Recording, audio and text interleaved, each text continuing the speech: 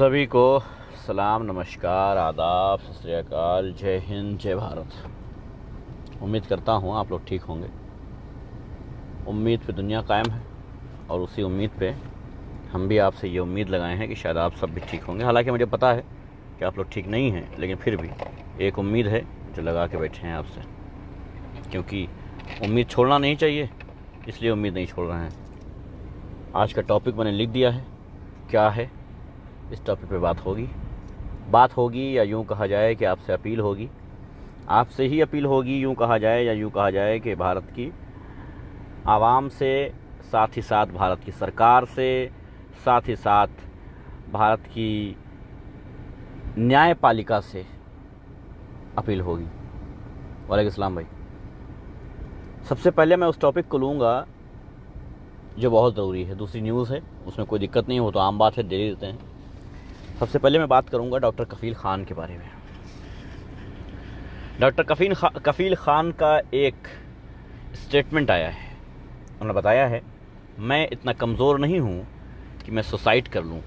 अगर मुझे कुछ हो जाता है तो ये मत कहना कि मैंने सुसाइड किया है। मैं इतना कमज़ोर नहीं हूं कि मैं सुसाइड कर लूं। हाँ, मुझे मार कर सुसाइड का नाम दिया जा सकता है। आगाह कर दिया है, जो कि बहुत अच्छा किया है। प्रणाम भाई, कैसे हैं? बहुत अच्छा किया है, उन्होंने आगाह कर दिया है। बेशक इस सरकार में या इस दौर में या इस हुकूमत में या इस बादशाहत में या इस जलालत में या इस नीचता में कुछ भी पॉसिबल है। डॉक्टर कफ़ील ख़ान जो सिर्फ एक डॉक्टर नहीं है, बल्कि एक बेहतरीन इंसान है।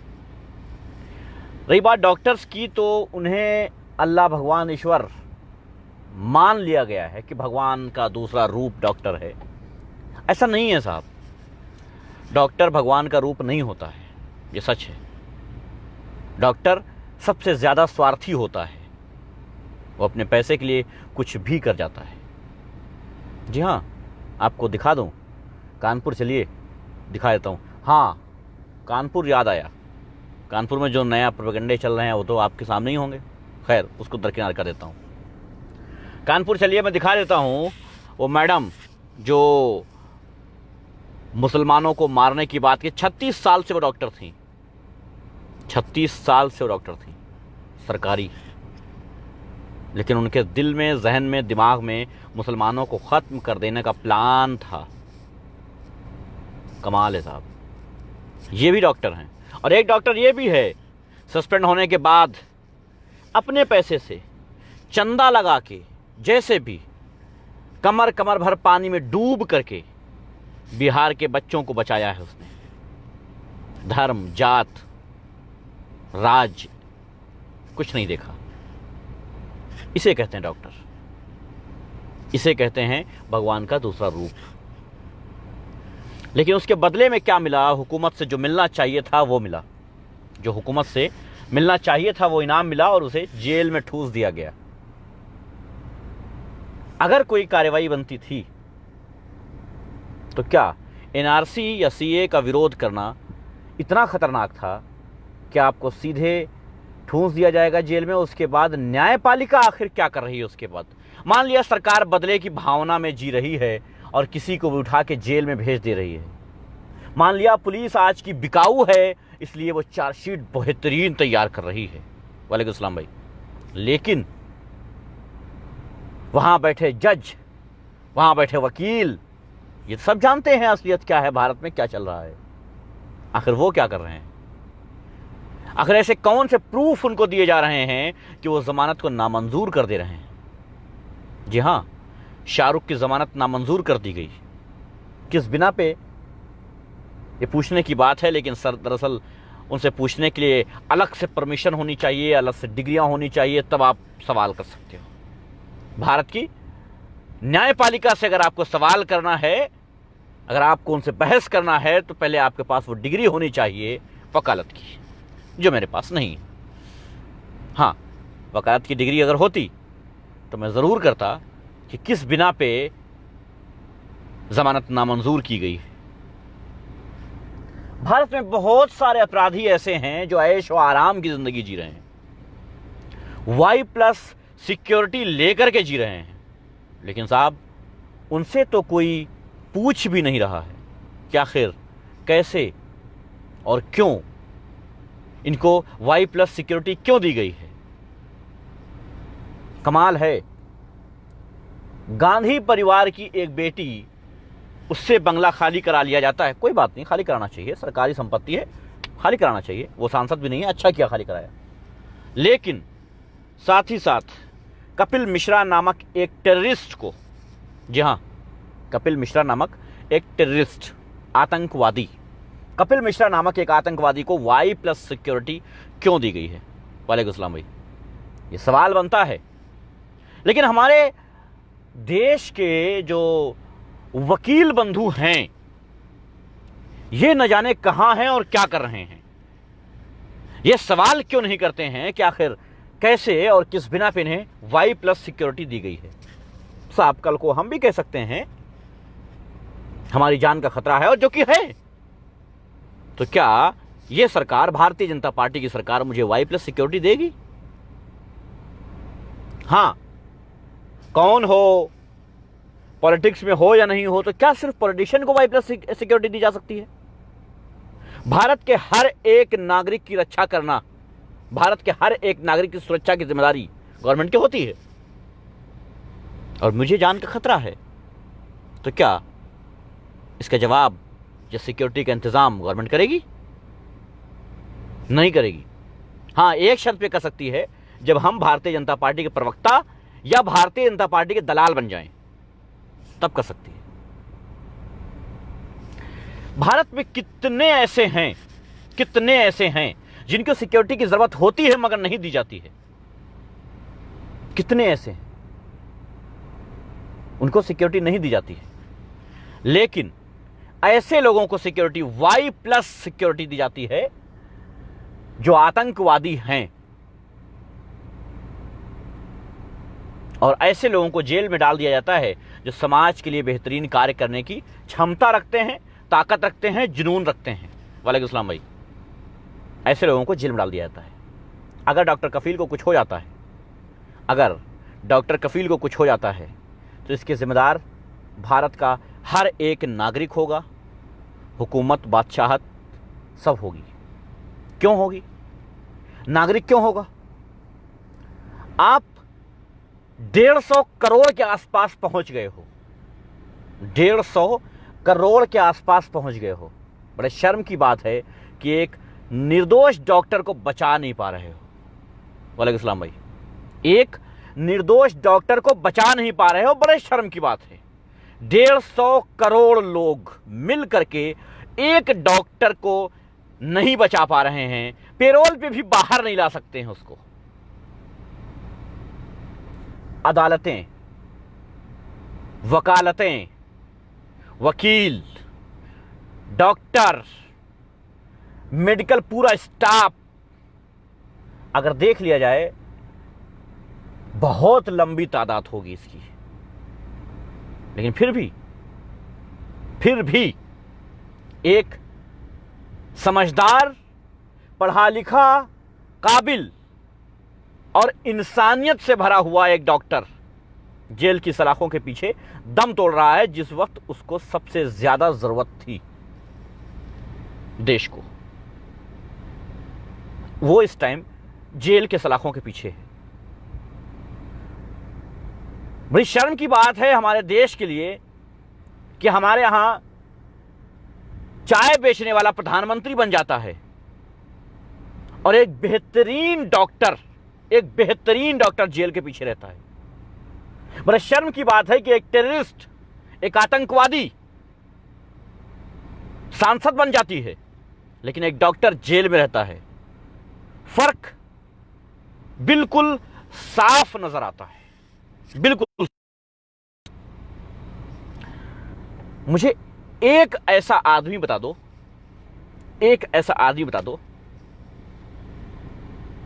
जो मैं ये मान लूं कि भारत में धर्म और जाति पर फैसले नहीं होते। एक ऐसा केस बता दो जिसको सुनने के बाद ये लगे कि भारत में धर्म और जाति पर फैसले नहीं होते हैं। मैं पॉलिटिशियंस की बात नहीं कर रहा हूं। मान लिया पॉलिटिक्स में पॉलिटिशियंस एक दूसरे के सपोर्ट करते हैं जाति और धर्म देख करके।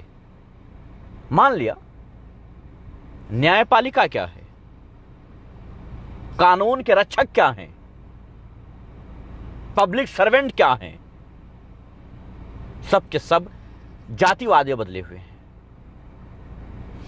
कानपुर का कांड जो हुआ, अगर इसमें कोई और नाम होता, मान लिया बिलाल, मुस्तकीम, कोई भी नाम हो सकता था, एहतिशाम रिजवी क्यों नहीं हो सकता था। अब तक क्या होता, मरने वाले उसी धर्म से, मारने वाले उसी धर्म से, बचाने वाले उसी धर्म से, जयचंद उसी धर्म से। उसके बाद वहां के सबूत मिटा दिए गए। वहां जेसीबी चलाने की इतनी ज्यादा आवश्यकता पड़ गई कि यह भी नहीं सोचा गया कि कम से कम अदालती कार्रवाई तो कर ही लें, यानी सबूत मिटाए गए। क्यों? आपको पता होना चाहिए, फिल्मों में आप अक्सर देखते होंगे, एक बात मैं बता देता हूं, फिल्मों में देखते होंगे कि जब भी कोई गुंडा, कोई बदमाश, पक्षधारी जो होते हैं, जो पक्ष में होते हैं उस टाइम पर, उनके काम का नहीं होता है, या विपक्ष में चलो मान लो, या पूरे सरकार में, या सारे पॉलिटिशियन से मान लो, राजनीति मान लो, जब भी उनके काम का नहीं होता है तो उसे मिटा दिया जाता है। विकास दुबे का वही हाल हो रहा है। हर राजनीतिक पार्टी खामोश है क्योंकि कहीं ना कहीं उनसे संबंध हैं, कहीं ना कहीं उनसे संबंध रहे हैं। जब वो सत्ता में आए हैं तो वो उनके लिए काम किया है उसने, इसलिए सारी राजनीतिक पार्टियां खामोश हैं इस पर।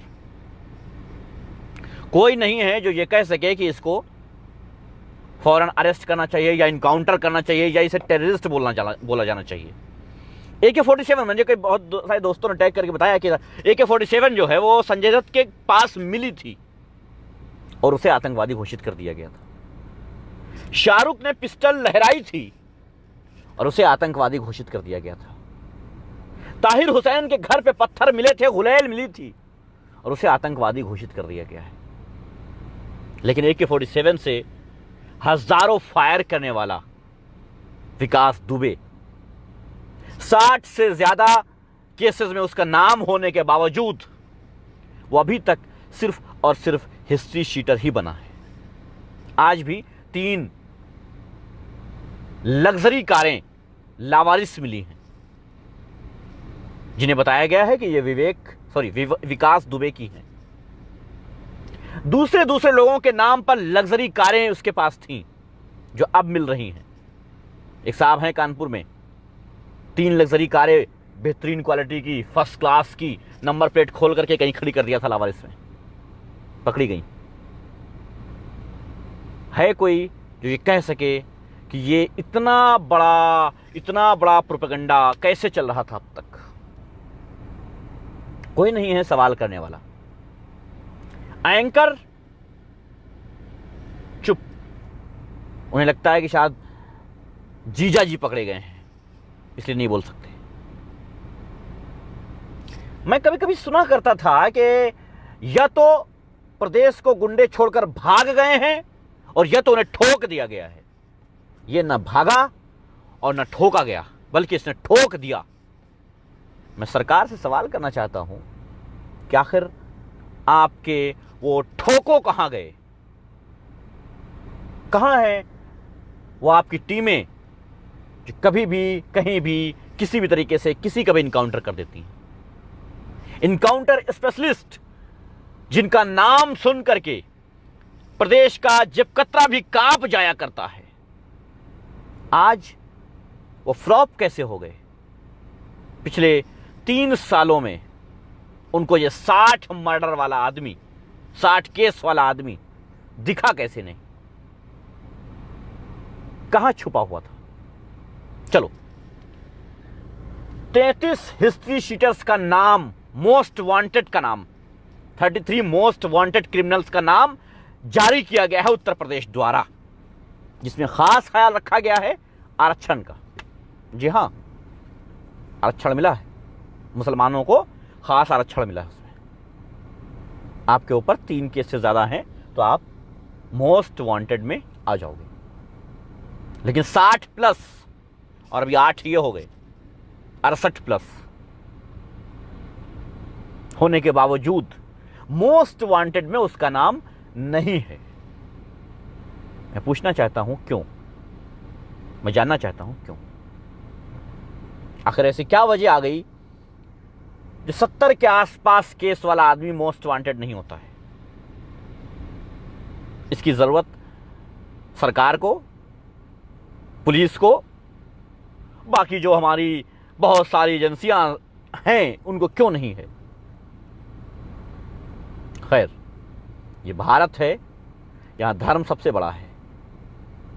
ये भारत है, यहां जाति सबसे बड़ी है। आप कौन हो, क्या हो, फर्क नहीं पड़ता। किस धर्म से हो, किस जाति से हो, यह मायने रखता है। अगर आप मुसलमान हो और डॉक्टर हो तो भी आप क्रिमिनल हो सकते हो, और अगर आप मुसलमान नहीं हो और आप क्रिमिनल हो तब भी आप छोटे मोटे हिस्ट्री शीटर या बदमाश हो सकते हो। बहुत सही, ये हमारे भारत का सिस्टम है। बेरोजगारी आप देख रहे हैं चरम सीमा पर जा रही है। सुसाइड आम बात हो गए हैं, जैसा कि मैंने पिछले लाइव में बताया था, 1-2 हफ्ते पहले भी मैंने बताया था कि कुछ दिनों के बाद घरों से लाशें निकलना शुरू हो जाएंगी और लगेगा कि यार सुसाइड हुआ। हाँ ठीक है, पड़ोस से सुसाइड हुआ, कोई नहीं, ठीक है, वो पड़ोस से, वो उनका लड़का था, उसने सुसाइड कर लिया। वो नौजवान सा, हाँ वही था, वो 15-20 साल का एक बच्चा था, उसने सुसाइड कर लिया। ऐसे ही होने वाला है, पूरे परिवार सुसाइड करेंगे। क्यों? क्योंकि भारत में बेरोजगारी जिस तरह से बढ़ने वाली है, इसलिए। एक खबर और सुना देता हूं। आप लोगों को पता होना चाहिए कि भारत की अर्थव्यवस्था में एक बहुत बड़ा योगदान है गल्फ कंट्रीज का एक बहुत बड़ा योगदान है। जिसे नहीं पता वो थोड़ा सा सर्च कर लेगा, रिसर्च कर लेगा और मिल जाएगा। बहुत बड़ा योगदान है। पूछ लो कैसे, मैं बता देता हूं, थोड़ा सा मोटा मोटा बता देता हूं, बाकी समझ लेना। गल्फ कंट्रीज में सबसे बड़ी बात तो यह है कि गल्फ कंट्रीज में हिंदुस्तान का, भारत का, इंडिया का वो तबका मिडिल क्लास में जो आता है बहुत ज्यादा बाहर है, बहुत ज्यादा। वो जो पैसा भेजता है, सबको पता है कि विदेशों से जो पैसा आता है उससे आर्थिक स्थिति हमारी मजबूत होती है, जीडीपी हमारी मजबूत होती है, ऐसा पता है सबको, ठीक है। अभी गल्फ में कई कंट्रीज ऐसी हैं, जैसे कुवैत है, उसके बाद ये सऊदी अरब है। 2 कंट्रीज ने शुरू कर दिया है और बाकी और शुरू करने वाली हैं, चिंता न करना। परसेंटेज लगा दिया है कि इतने % हम विदेशी रखेंगे और इतने % जो है बाहर कर देंगे। उसमें 15% हिस्सा लगा है भारत का। ऑलरेडी उस 15% से 8 लाख ज्यादा लोग कुवैत में काम कर रहे हैं, भारत के 8 लाख ज्यादा लोग, यानी वो 8 लाख लोग भारत भेजे जाने वाले हैं फ्लाइट शुरू होते ही। इधर फ्लाइट शुरू हुई, इंटरनेशनल फ्लाइट्स ऑन हुई और वो 8 लाख लोग भारत भेज दिए जाएंगे। भारत की अर्थव्यवस्था पर जो फर्क पड़ेगा वो तो पड़ेगा ही पड़ेगा, बाकी उनके परिवार पे जो असर पड़ेगा, जो सुसाइड होंगे, बहुत सारी प्रॉब्लम्स, बेरोजगारी में हमारा नंबर थोड़ा और ऊपर जाएगा। ये सारी चीजें जो होंगी ये देखने की बात है। 8 लाख जनसंख्या भारत की एकदम से बढ़ जाने वाली है, क्योंकि जनसंख्या की गिनती करना कुछ और है और मौजूदा हालात में हमारे पास कितने हैं और हम कितनों को खिला पा रहे हैं, कितनों को रोजगार दे पा रहे हैं, ये कुछ और है। हम एक आंकड़ा बताते हैं कि साहब हमारे पास 137 करोड़ हैं, हम किसको किसको रोजगार दें। आपको पता है बाहर कितने हैं? कहने की बात है कि हमारे पास 137 करोड़ लोग हैं, दरअसल बहुत बड़ी तादाद में बाहर हैं। मैं ठीक हूं अब्बास भाई, बहुत बड़ी तादाद में लोग बाहर हैं, लेकिन खैर भारत इस चीज से बिल्कुल अनजान है। और उसके बाद शुरू होता है सऊदी अरब। सऊदी अरब से तकरीबन 12 लाख लोग इंडिया जाने वाले हैं हमेशा के लिए। सिर्फ ये 8 लाख और 12 लाख पे गिनती रुकने वाली नहीं है। इसके बाद जो लोग परमानेंट आते रहते हैं, यानी लगातार ऐसा होता है कि लोग आते रहते हैं, लगातार लोग आते रहते हैं, वो चीजें भी स्टॉप हो जानी है। यानी जो नए लोग आते हैं वो भी नहीं आ पाएंगे। जब यहां से गिनती कम होगी और ज्यादा लोग, यानी 12 लाख से ज्यादा लोग वहां चले जाएंगे और यहां गिनती कम हो जाएगी, यहां परसेंटेज में कम होंगे, उसके बाद ये वीजा देंगे। मतलब कुल मिलाकर के भारत के ऊपर एक और बोझ बनने वाला है। पता है ये कैसे हुआ है? मालूम है? नहीं मालूम होगा, आपको मालूम होना चाहिए। ये सब तब हुआ है जब दुबई के कई लोग, कई शेख या गल्फ के कई शेख मिल करके एक सीधे सीधे ट्विटर पर इन्होंने चला दिया था हैशटैग कि इंडिया में मुसलमानों के खिलाफ बहुत बड़ा एक आतंकवाद शुरू किया गया है, प्रोपेगेंडा शुरू किया गया है। जी हाँ, और असलियत थी, असलियत है। उस चीज को दुनिया को दिखाया उन्होंने कि भारत में मुसलमानों के खिलाफ किस तरीके से दोहरापन हो रहा है, दोहरे चरित्र के साथ भारत सरकार पेश आ रही है। उसके बाद उन्होंने फैसला किया कि हम आखिर ऐसा क्यों करें। और हाँ, आपको मैं एक बात बता देता हूं अपनी तरफ से, इसमें बहुत बड़ी तादाद दूसरे धर्म के लोगों की होगी। जानते हैं क्यों? क्योंकि पहले ही ओआईसी ने यह कह दिया था कि हम भारत के लिए सख्त होने वाले हैं। अगर भारत ने मुसलमानों पर जो अत्याचार शुरू किया है इसे कम नहीं किया तो हम उसके लिए सख्त हो जाएंगे। ये उसी का एक हिस्सा है। कभी नहीं हुआ कि गल्फ कंट्रीज रोक दें और कहें कि नहीं हमारे पास अब आदमी आएंगे नहीं, बल्कि जो हमारे पास हैं वो जाएं। कभी नहीं हुआ था ऐसा, लेकिन अब हमारे साथ ऐसा हो रहा है। इस दौरान जब हालात ये हों तो किसी रणनीतिकार को होना चाहिए था सत्ता में अपने देश की आर्थिक स्थिति संभालने के लिए, लेकिन हमारे पास कौन है ये किसी से छिपा हुआ नहीं है। हमारे पास कौन है ये सबको पता है। आने वाले दिनों में भारत में बहुत तेजी के साथ बेरोजगारी आने वाली है, जो आम बात है, नॉर्मल सी बात है। मैं हमेशा कहता हूँ, आज फिर कह रहा हूँ, कोई बड़ी बात नहीं है, बहुत ईजी है। लेकिन आने वाले दिनों में जो भारत में एक सुसाइड का एक गिनती बढ़ने वाली है, वो शायद हम लोगों के लिए आम बात होने वाली है। अब हम लोग सुनेंगे पड़ोस में सुसाइड हो गया, किसी ने सुसाइड किया, अच्छा हाँ वो उसने किया होगा, फला के परिवार ने सुसाइड कर लिया, अच्छा ठीक है, आम बात है, ठीक है होगा, हाँ थोड़ा सा परेशान थे। ऐसा होने वाला है क्योंकि भारत की आर्थिक व्यवस्था बहुत ख़राब हो चुकी है। और इसको सबसे बड़ी बात है, ख़राब होना तो अलग बात है साहब, इसको सुधारने के लिए हमारे पास कोई ऑप्शंस नहीं है। हमारे पास कुछ भी नहीं है इसको संभालने के लिए। सिर्फ और सिर्फ ज़बान है जो कहीं भी कभी भी खुल जाती है प्रधानमंत्री की। लद्दाख गए थे, लेह गए थे, बताइए क्या लेके आए वहां से, क्या बोल के आए? चाइना का नाम नहीं लिया साहब वहां। और उनकी आर्मी जो है, कौन सी आर्मी? आईटी सेल आर्मी, भक्त आर्मी जो है, वो ट्विटर पर क्या कह रही है कि बगैर नाम लिए चीन को चिता दिया। ये होता है 56 इंची। गधों, 56 इंची नहीं है, ये 5.6 इंच है। जी हाँ, 5.6 इंच है। डरते हैं, हमारे डर के उनके मुंह से चाइना का नाम नहीं निकलता है, ये डर है। मैं भारत से किसी कंट्री से जंग की बात नहीं कर रहा हूं कि हमें जंग करना चाहिए, नहीं, जंग की बात नहीं है कि जंग हो जाए।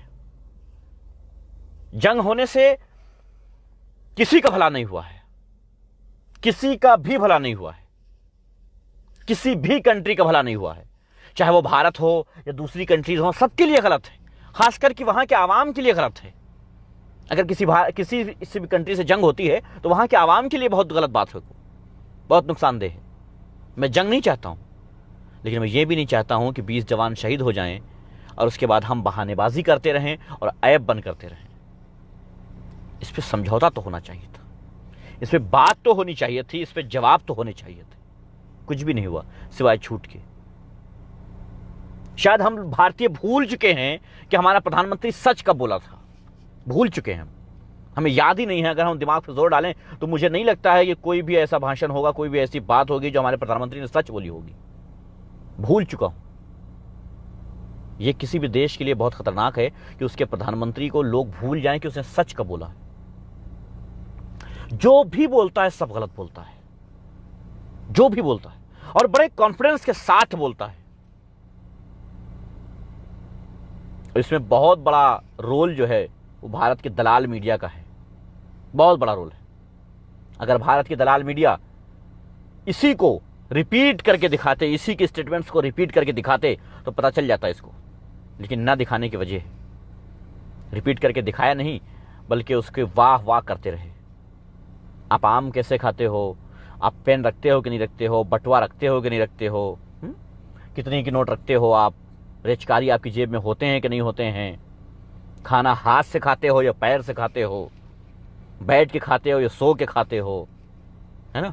ये पूछते हैं हमारी मीडिया, जबकि ये पूछना चाहिए कि आप क्या करते हो जो इतना झूठ बोल लेते हो, आप ऐसा क्या खाते हो जो इतना ज्यादा झूठ बोल लेते हो, आपको शर्म नहीं आती है अपने देशवासियों से इतना बड़ा झूठ बोलते हुए? ऐसे सवाल करने चाहिए, ऐसे सवाल करने चाहिए कि 1 करोड़, साल में 1 करोड़ रोजगार देने की बात की थी और साल में 2 करोड़ रोजगार छीन लिए हैं तुमने, आखिर कैसे? कैसे हो सकता है ये? और कैसे किया तुमने इतना, ये कारनामा कैसे किया कि 1 करोड़ रोजगार देने के बजाय 2 करोड़ रोजगार छीन लिया तुमने? ये कैसे कर दिया? क्या तुम प्रधानमंत्री बनने के लायक हो? क्या कोई चीज तुम में एक ऐसी है जो प्रधानमंत्री बनने के लायक है? चाय बेचना एक अलग बात है, वो एक अलग इशू है, वो बेच सकते हो, कोई भी उठ के अपना चाय बेच सकता है, बेचने के लिए तो कोई भी बेच सकता है। जब चीज अच्छी हो तो और ज्यादा बिक जाती है। अब चूंकि भारत सोने की चिड़िया थी तो इसको बेचना और आराम था, आसान था। अगर इसके हाथ में बांग्लादेश दिया जाता तो शायद ना बेच पाता, नेपाल दिया जाता तो शायद ना बेच पाता, पाकिस्तान दिया जाता तो शायद ना बेच पाता, लेकिन भारत बेच लेता है। भारत बेचने में ये आसानी है क्योंकि भारत को इतना खूबसूरत बनाया गया है 70 सालों में कहीं ना कहीं कि उसको बेचना आसान है। लोग कहते हैं साहब 70 सालों में हुआ क्या है? हुआ है साहब, हुआ है, सब कुछ नहीं हुआ है लेकिन बहुत कुछ हुआ है। 70 सालों में बहुत कुछ हुआ है। मेरे दादा एक बात कहा करते थे कि बेटा इज्जत या शोहरत या दौलत बना लेना बड़ी बात नहीं है, उसको बचा लेना बड़ी बात है। समझ रहे हो? बना लेना बड़ी बात नहीं है, बचा लेना बड़ी बात है। अगर आप बना लिए हो तो बचा के दिखाओ उसको। जब बन जाती है ना तो और खतरनाक हो जाता है। फिर 2 धारी तलवार पे रहते हो, जरा से भी चूके तो सब गई और फिर बहुत ज्यादा गई। हमने दौलत बहुत कमा ली है, जुआ खेल के 4 दिन में खत्म कर दें? नहीं, बचाना बड़ी बात है उसको। शोहरत बहुत कमाई है, 2 दिन में कोई घटिया काम करके खत्म कर लें, क्या फायदा? इज्जत बहुत है मगर 2 दिन में ऐसा काम कर जाएं कि लोग थूकने लग जाएं, क्या फायदा? तो आप जितनी शोहरत, दौलत, इज्जत कमा लेते हैं उसको बचाना बड़ी बात है। और भारत के 70 सालों में हमने बचाई है, साथ ही साथ उसको बढ़ाई है। बचाने के साथ साथ उसको बढ़ाया भी है। बहुत स्लो स्पीड से बढ़ाया है लेकिन बढ़ाया है। मान लिया बहुत स्लो स्पीड से बढ़ाया है लेकिन बढ़ाया है, कम नहीं किया है। आज हमारे पास न शोहरत है, न दौलत है, न इज्जत है। जी हाँ, अगर इज्जत होती तो नेपाल जैसे देश हमें आंखें न दिखाते, भूटान जैसे लोग हमारा पानी न रोकते। समझ रहे हैं? कुछ नहीं बचा हमारे पास। आर्थिक स्थिति में हम सबसे कमजोर हैं, बेइज्जती में हम सबसे आगे हैं। लॉकडाउन लॉकडाउन ये वो तीर मार दिया और ये हो गया और वो हो गया और उन्होंने तारीफ कर दिया और उन्होंने तारीफ कर दिया। आज बताइए हम कहां पे खड़े हैं? दुनिया में 3रे नंबर पे हम खड़े हैं, 3रे नंबर पे। शर्म की बात है। क्यों शर्म की बात है? इतना ज्यादा महिमा मंडन करने की क्या जरूरत थी कि साहब रिकॉर्ड तोड़ दिया प्रधानमंत्री जी ने, ये कर दिया और वो कर दिया। और किट है तुम्हारे पास, वेंटिलेटर हैं तुम्हारे पास, चेक हो रहे हैं, बताओ हो क्या रहा है फिर? तो किस बात की तारीफ इस प्रधानमंत्री की? क्या कर रहा है? क्राइम घट गया क्या? रेप रुक गए क्या? बेरोजगारी घट गई क्या? रोजगार मिल गया क्या? नहीं, कुछ भी नहीं। तो फिर किस बात की तारीफ यार? हां, एक चीज बढ़ी है, दुनिया जानती है, नफरत। हिंदू मुसलमान में नफरत बहुत बढ़ी है। इसमें हमने विश्व रिकॉर्ड कायम कर दिया है। आज के तारीख में दुनिया के वाहिद कंट्री ऐसी है जहां मुंह में कुछ और पीठ पीछे कुछ और है। सबसे ज्यादा यहां पर कितने भी लोग हों, हिंदू हों, मुसलमान हों, भले सोशल मीडिया पर ना लिखते हों, सामने ना आते हों, लेकिन दिल में उनके लिए हमेशा दूसरी कास्ट के लिए नफरत बनी रहेगी। अब मालूम है क्यों? इतना ज्यादा तबाही लाई गई है, बर्बादी लाई गई है। मैं हिंदू भाइयों से एक बात कहता हूं, मेरे भाई, आपने एक बार गलती की, आपने दूसरी बार गलती की, हम 14 को मारने के लिए आपने 80 को खतरे में डाल दिया। बहुत बुरा किया साहब। 14 मुसलमानों को मारने के चक्कर में आपने 80 हिंदुओं को मौत के घाट उतारने के लिए तैयार कर दिया। आज देख लीजिए, क्राइम देख लीजिए, करने वाले जिनके खिलाफ हो रहा है वो सब। कानपुर देख लीजिए, मैं देखता हूं क्या है ये। विकास दुबे जिसने मारा वो ब्राह्मण, या हिंदू, जो मरे वो हिंदू। और पता चला कि 90% ब्राह्मणों का ही मर्डर किया है उसने, विकास दुबे ने। एक डिबेट में देख रहा था तो पता चला कि 90% जो है ब्राह्मणों का ही उसने मर्डर किया है।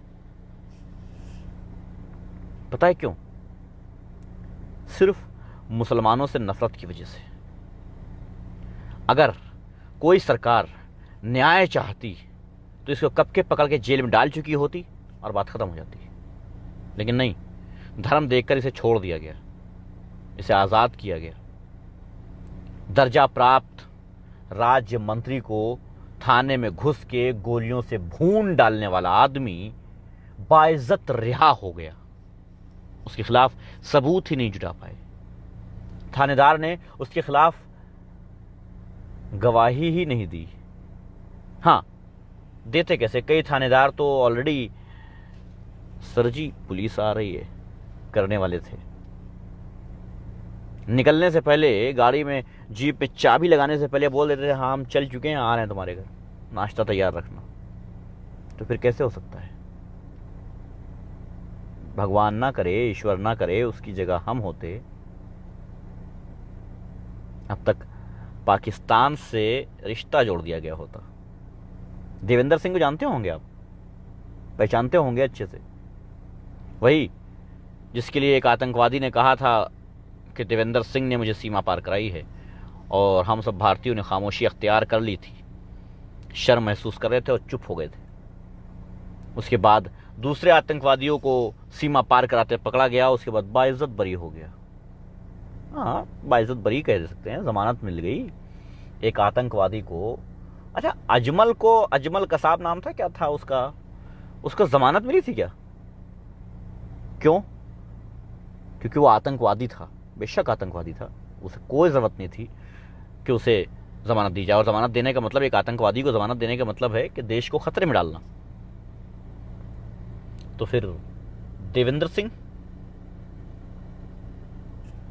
ये तो आतंकवादियों से भी ज्यादा खतरनाक है, क्योंकि आतंकवादियों को सीमा पार कराता है,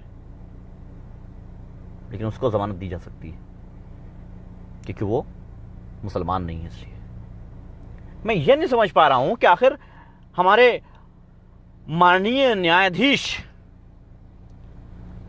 और वकील बंधु क्या बहस करते हैं, क्या सबूत देते हैं और क्या सबूत देखते हैं, जो मुसलमान नाम होने के बाद वो क्रिमिनल साबित हो जाता है। कौन सी ऐसी कानून की किताब है जिसमें नाम देखने के बाद तय होता है कि इसके साथ करना क्या है? संविधान तो एक ही है भारत का, तो ये दोगलापन क्यों? तब समझ में आता है कि भारत एक जाति और धर्म पर चलने वाला जमीन का टुकड़ा है। इस जमीन के टुकड़े पर सिर्फ और सिर्फ हिंदू, मुसलमान, सिख, ईसाई रहते हैं। यहां पर कोई देश का नहीं है, यहां कोई देशवासी नहीं है। सब हिंदू हैं, मुसलमान हैं, सिख हैं, ईसाई हैं, अपनी अपनी कास्ट के हैं, और उसमें भी अपनी अपनी कास्ट के बाद अपनी अपनी जाति के हैं। दलित हैं तो कुछ और रवैया, ब्राह्मण हैं तो कुछ और रवैया, यादव हैं तो कोई और रवैया, ऐसे करके, है ना। साफ देश खतरे में है। 2014 से हिंदू खतरे में, हिंदू खतरे में, हिंदू खतरे में कहा, इतना ज्यादा कहा कि आज देश ही खतरे में आ गया है। भारत में बहुत कुछ घटने वाला है, बहुत कुछ। बेरोजगारी चरम पर है, जिसकी वजह से सुसाइड होने तय हैं। नेपाल, भूटान जैसे मुल्क हमें आंखें दिखा रहे हैं। हमारे देश के प्रधानमंत्री झूठा है, गृह मंत्री तड़ीपार है, मुख्यमंत्री खुद के केस अपने ऊपर से हटा देता है। समझ जाना चाहिए कि हम कहां पहुंच गए हैं। सब अगर यही नया भारत है आपका, तो मुझे नहीं चाहिए नया भारत। मुझे आप वही 2010-11 वाला भारत दे दो, वही काफी होगा मेरे लिए। सभी भाइयों से अनुरोध है, सभी भाइयों से रिक्वेस्ट है, डॉक्टर कफील के लिए एकजुट होकर के आवाज उठाओ। समझ रहे हो? वकील हो, डॉक्टर हो, इंजीनियर हो, प्रोफेसर हो, पॉलिटिशियन हो, फ़र्क नहीं पड़ता है। लेकिन अगर एक इंसान के लिए नहीं कर सकते हो तो फिर अपने आप को इंसानियत का पुजारी मत कहना है, मत कहना, क्योंकि तुम वो क्रिमिनल हो जो एक बेगुनाह को सज़ा भुगतते हुए देख रहे हो और खामोशी अख्तियार किए हुए हो। कल को तुम्हारा या तुम्हारे भाई का या तुम्हारे परिवार का या तुम्हारे बेटे का भी नंबर आएगा और फिर बाकी सब तमाशा देखेंगे। चलिए मज़े करिए, क्राइम देखिए भारत में, रेप देखते रहिएगा। हम अपनी बहन बेटियों से एक बार फिर रिक्वेस्ट करते हैं कि देखो, हाल कोई भी हो, आर्थिक स्थिति चाहे जैसी हो, अपने हाथ में एक चाकू ज़रूर रखा करो। कब कौन सा शैतान, कब कौन सा दरिंदा तुम पर धावा बोलने आ जाए, कोई भरोसा नहीं है भारत का।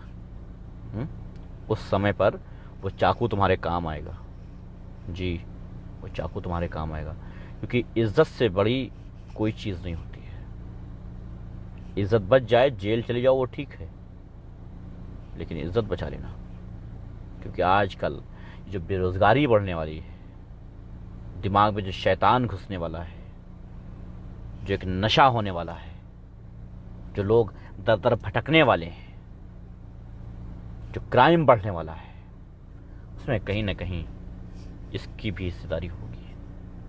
मुझे बड़े अफसोस के साथ कहना पड़ रहा है अपनी भारत की माँ बहनों से कि हाँ, हिंदू खतरे में तो नहीं है, लेकिन माँ बहनें खतरे में हैं, देश खतरे में है।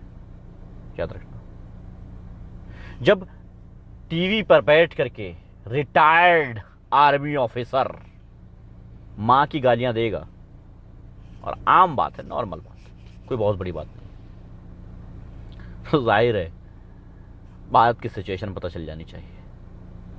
नहीं, थोड़ा सा गलत हुआ, दूसरी कंट्रीज़ में उसको दिखाना चाहिए था, दूसरी कंट्रीज़ में उस डिबेट को दिखाना चाहिए था कि ये है भारत की सभ्यता। मैं उन बड़े हिंदू के ठेकेदारों से पूछना चाहता हूं, बहुत बड़े हिंदू के ठेकेदार जो हैं, जो भारत की सभ्यता, भारत की संस्कृति की बात करते हैं कि साहब ये हमारे संस्कृति के खिलाफ है, ये हमारी सभ्यता नहीं है। कहां हो? भारत की संस्कृति, भारत की सभ्यता खत्म हो चुकी है क्या? नहीं, सॉरी, मुझे पता है अब तो भारत ही खत्म हो चुका है, भारत ही खत्म हो चुका है।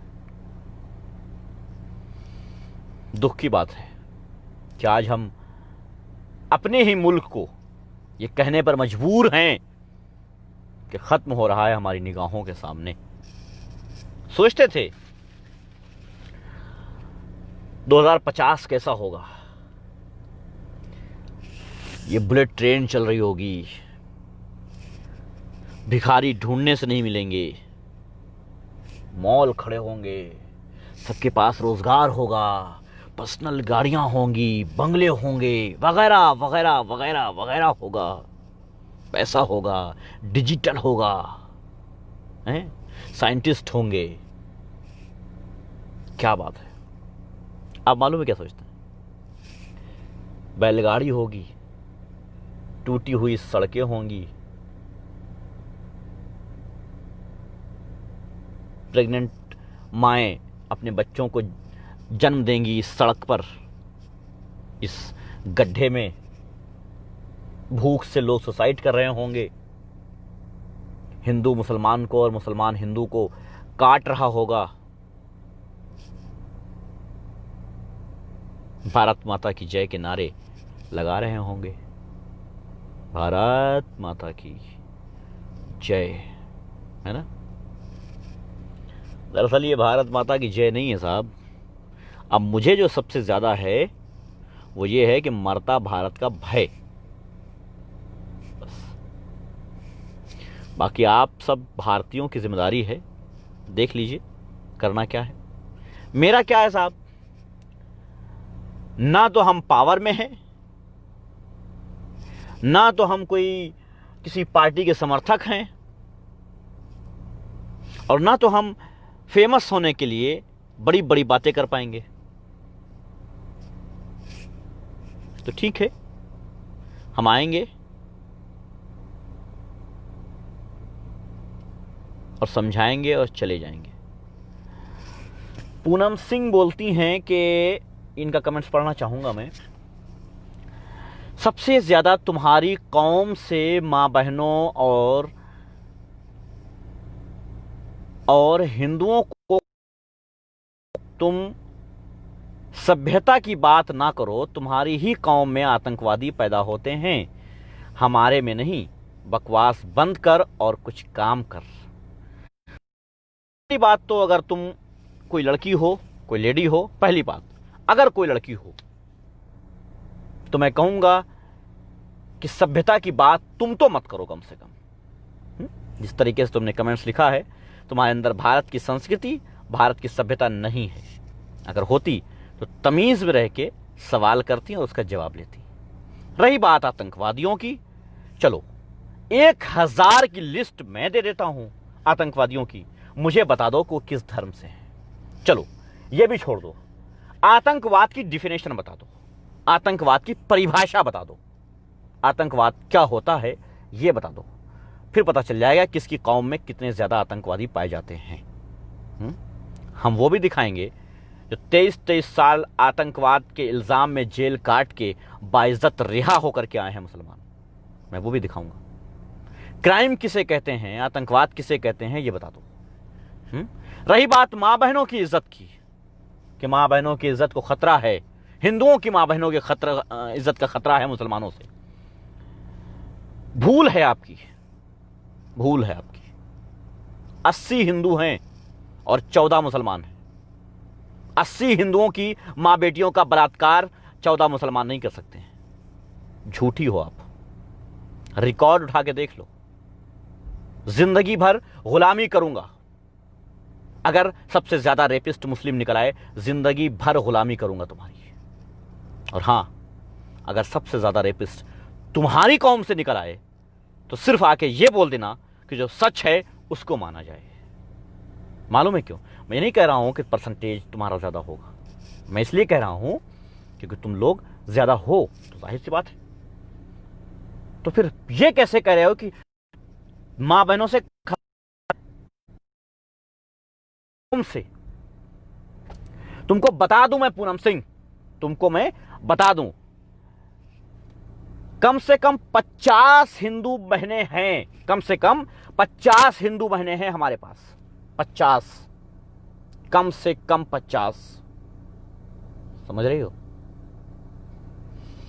जो हमारे पास बड़ा सुकून महसूस करती हैं, समझ रही हो? याद रखना इस बात को। एक मुसलमान के पास 50 हिंदू बहनें हैं जो अपने आप को सेफ महसूस करती हैं। अब तुम अपने भाई का नाम बता दो और बता दो कि उससे कितनी बहनें सुकून महसूस करती हैं। पता चल जाएगा असल में क्या है। मैं 50 बहनों का नंबर दे दूंगा, कॉन्टैक्ट नंबर दे दूंगा, डिटेल दे दूंगा, बात कर लेना और पूछ लेना उनसे, बता देंगी वो। छोड़ो, अभी जो रेप हुआ है बिहार में, एक आर्मी, पूर्व आर्मी के जवान के पोती का, कौन है वो करने वाला? ठाकुर, मुस्लिम नहीं है साहब, मुस्लिम नहीं हो। कितने बताऊं? क्या थोड़ा सा रिसर्च कर लिया करो पूनम, अगर सच में पूनम हो तो। हाँ, अगर पूनम नहीं हो तो 2 रुपए मिलते हैं कमेंट्स पे, 2-4 कमेंट्स और कर दो, 2-4 गालियां दे दो, चली जाओ, है ना? चले और चली दोनों के बीच में हो फिर तो। अगर लड़की नहीं हो तो चले और चली के बीच में हो, क्योंकि भगवान ने तुमको आदमी बना के भेजा था, लेकिन तुम्हें शौक लड़की बनने का है। तो मस्त रहे। पूनम कुमार, हो सकता है पूनम देवी हो, लेकिन हो सकता है पूनम कुमार हो। अपने दिमाग से ये गंदगी निकाल दो, साहब तुम्हारी कौम से खतरा है, ये कहना छोड़ दो। दरअसल अपने गिरेबान में झांक के देख लो, पता चल जाएगा। अभी ये जो मरे हैं ना, मारने वाले, मरने वाले हैं, और बीच में जो है चुगली करने वाले, इधर से उधर मदद करने वाले, इधर से उधर उनकी जो है हाँ भैया वो आ रहे हैं करने वाले, ये सब के सब तुम्हारे अंदर पाए गए। भैया हम तो ईश्वर की लाख लाख शुक्रिया अदा करते हैं, इसमें कहीं तक कोई मुसलमान नहीं पाया गया, कहीं तक नहीं पाया गया। भाई जाहिर सी बात है, ब्राह्मण था,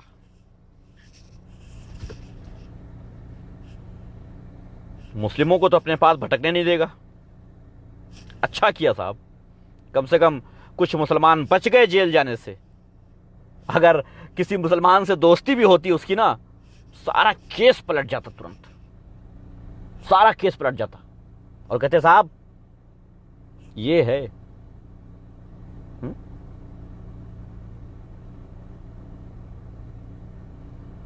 रावल सिंह जी, आने की कोई जरूरत नहीं है, अगर ये है तो अच्छी बात है और होना चाहिए, लेकिन तुम मुझे ये भी बता देना कि जो पूनम सिंह ने कहा है वो कहां तक सत्य है। अच्छी बात है, क्योंकि मां बहनों को हमने कभी धर्म में नहीं तोला था, मां बहनों को हमने कभी धर्म में नहीं तोला है, याद रखना। कितनी मां बहनें ऐसी हैं जिनके लिए मैं कितना कितना कुछ हुआ है, ये सोशल मीडिया पे न जाने कितना कितना कुछ हुआ है। और मेरी मुसलमान से ज्यादा बहनें जो हैं वो हिंदू हैं, मुसलमान से ज्यादा, पता है, पता करना, मैं सबके डिटेल दे दूंगा, ले लेना। हम ही नहीं, अभी एक मैंने फोटो देखा है, नाम नहीं लूंगा, चाचा है हमारे, रक्षाबंधन के दिन उनके पोस्ट देख लो, पता चल जाएगा, तुम असलियत तुम्हें पता चल जाएगी क्या है। तो साहब मुझे ये ना बताएं कि साहब तुम्हारी कौम से खतरा है, हैं? हमारी कौम से खतरा होते होते देश पे खतरा आ गया है तुमसे, चिलगोजों से, जिनको चुन चुन के भेजा है वहां तक, झूठों से, मक्कारों से, देशद्रोहियों से, क्रिमिनलों से, आतंकवादियों से। ठीक हो मैं तो मोहतरमा, पायल रोहतगी भाभी ना बने आप, पायल रोहतगी भाभी ना बने, मजे करें, ठीक है। ज्यादा शौक है अगर ऐसी किसी डिबेट का। कुणाल राजपूत कहते हैं भाई आप बोलो कहां से हो, मुझे मिलना है आपसे। भाई मैं अभी इंडिया में नहीं हूं, इंडिया में रहूंगा तो जरूर मिलूंगा, तो ध्यान रखिए। और कोई भी भाई किसी भी तरीके की कोई गाली गलौज ना करे, अगर करता है तो ना करे। चलिए, धन्यवाद आप सबका, बहुत बहुत शुक्रिया। मस्त रहें और ध्यान रखें कि ये जो नफरत का दौर चला है साहब, इसे मिटा दें। और हां, कोई भी वो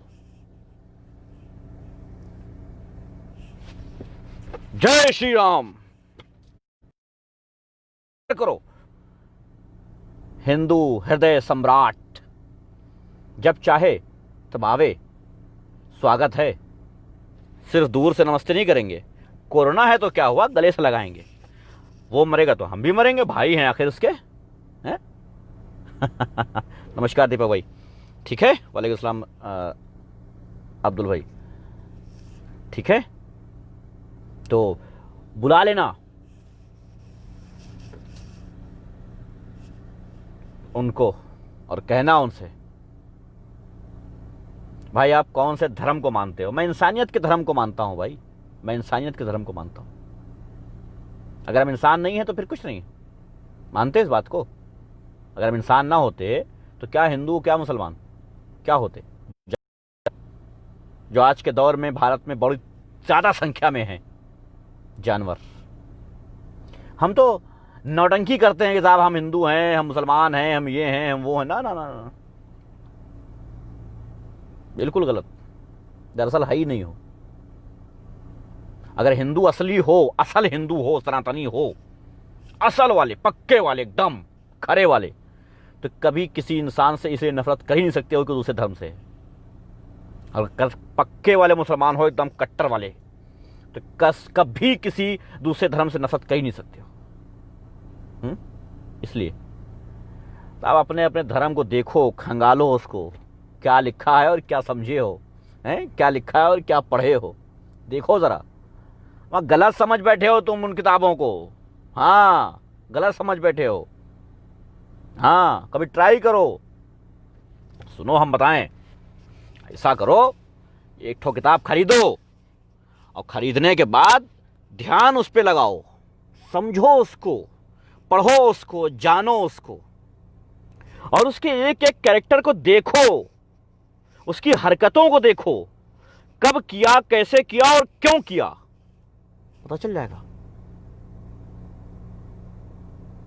पता चल जाएगा असल में है क्या। हम मुसलमान हैं साहब, हम तो सारे नबियों को मानते हैं, करते क्या हैं जो किसी नबी ने नहीं किया था? क्या वो करते हैं जो नबियों ने किया? नहीं, मगर मुसलमान हैं साहब। कट्टर हिंदू हैं हम, हमसे बड़ा सनातनी कोई है ये नहीं है। तगड़े वाले हैं, राम राम राम राम राम राम राम राम राम राम राम राम राम राम राम राम राम राम किए जा रहे हैं। ओम कहते हैं तो लंबी सांस में कहते हैं, बगैर सर झुकाए हम जय श्री राम कहते ही नहीं हैं। मगर क्या हमने जीवनी पढ़ी है उनकी?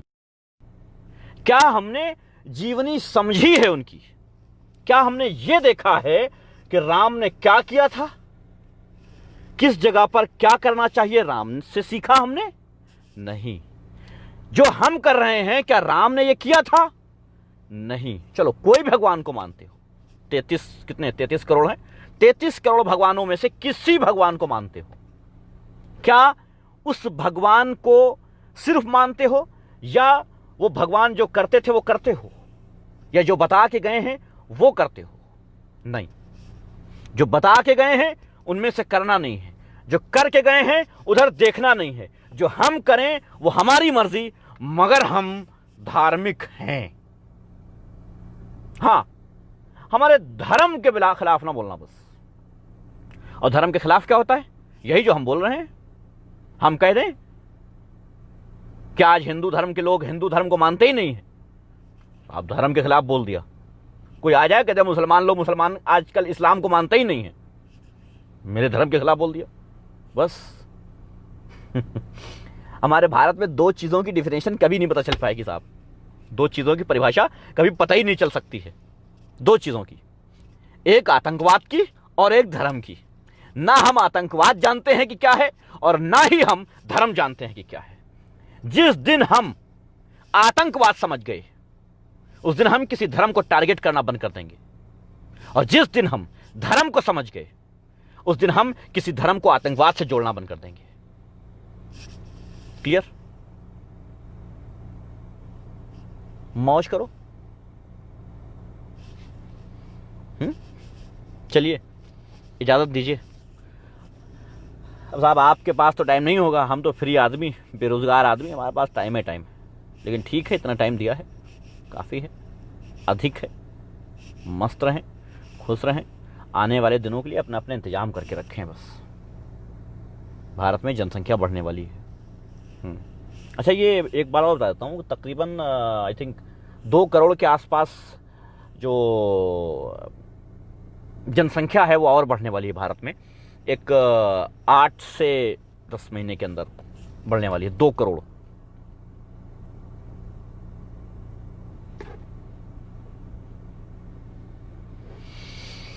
बाप रे, 2 करोड़।